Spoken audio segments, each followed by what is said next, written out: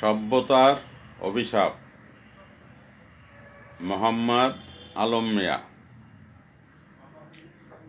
পরিবর্তন হয় না যার, শিক্ষা নেওয়ার পরে বুঝতে হবে গর্তে পড়ে গিয়েছে সে মরে।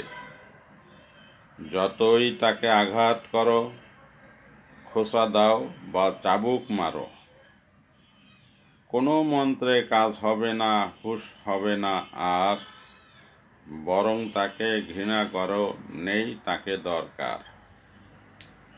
শিক্ষা নেওয়ার পরেও যে সাম্প্রদায়িক রয়, তাকে নিয়ে পশুর দলেও জাগে নিত্য ভয়।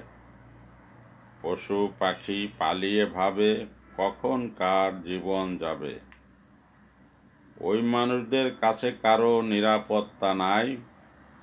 ওরা হাড় খায়, মাংস খায়, নিত্য খায়। শিক্ষা পেয়েও কুসংস্কারে আচ্ছন্ন যার মন, সংকীর্ণতার গুণে তারে কাটছে সারাক্ষণ। যতই তার পসরা হোক, হবে নাকো আলোর লোক। পৃথিবীও বহন করতে চায় না তাদের ভার। তারা মানুষ বেশে অমানুষ, সাপ সভ্যতার। ওরা মানবতার কথা বলে, দানব হয়ে রবে।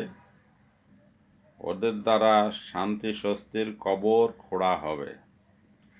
ঝঞ্ঝাট ভেবে থাকলে চুপ, মাসুলও গুনতে হবে খুব।